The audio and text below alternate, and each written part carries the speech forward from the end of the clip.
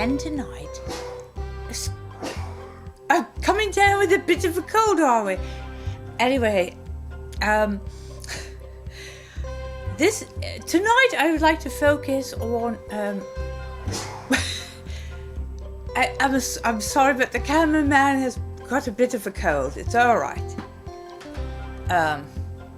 Let's try to get ourselves together here. This is a lovely potted green plant.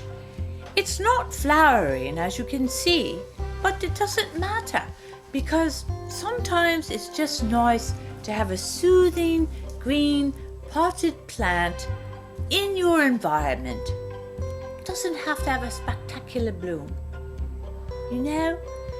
And I really truly hope you're feeling better there. You know, I had a cold before and I hope I didn't give it to you. But anyway, this has been Regina Wrenfield speaking of flowers and such, and the simplicity of a green potted plant, the soothing ability of a plant to calm one down is not to be taken lightly. Thank you. This has been Regina Wrenfield. Bye-bye.